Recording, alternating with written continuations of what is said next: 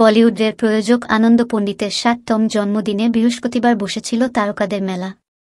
আর সেখানেই সালমান খান আর অভিষেক বচ্চন একে অপরকে জড়িয়ে ধরলেন দুই অভিনেতা। দুইজনের সে ভিডিও সোশ্যাল মিডিয়ায় ছড়িয়ে পড়লে নেটিজেনদের মধ্যে নতুন করে মাথাচাড়া দিল ঐশ্বরিয়া অভিষেকের বিচ্ছেদের জল্পনা।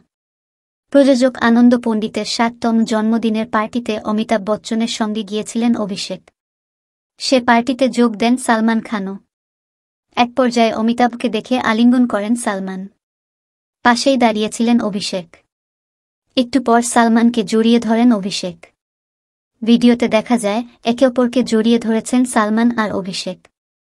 শুধু তাই নয়, হেসে হেসে খানিকক্ষণ কথাও বলেছেন দুজন।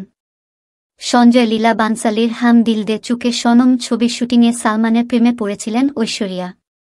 পর্দা ছাড়াও তাদের প্রেম কাহিনী সাড়া ফেলে দিয়েছিল অফস্ক্রিনেও। তবে সেই সম্পর্ক টেকেনি। তিক্ততার সঙ্গে সালমানের সঙ্গে সম্পর্কে ইতি টানেন ঐশ্বরিয়া। তারপর থেকে প্রকাশ্যে এক ফ্রেমে দেখা যায়নি দুজনকে। বিগ বুল, টোটাল ধামাল, সরকার, চেহরের মতো সিনেমা বানিয়েছেন আনন্দ। ৬০ বছরের জন্মদিনে আমন্ত্রিত ছিল তার ইন্ডাস্ট্রির বন্ধুরা। উপস্থিত ছিলেন অমিতাভ বচ্চন, সালমান খান, হৃতিক রোশন, জ্যাকি শ্রফ সহ অনুপম খের, শত্রুঘ্ন সিনহা, রিতেশ দেশমুখ, আমিষা পাটেল, সানি লিওনিরা। এমনকি নব দম্পতি রণদীপ হুডা ও লিন লাইশ্রামকেও দেখা গেল বৃহস্পতিবারের রেড কার্পেটে। এছাড়া ডাঙ্কি নিয়ে খুব ব্যস্ততার মধ্যেও পার্টিতে ব্ল্যাক স্যুটে দেখা মিলল শাহরুখ খানের।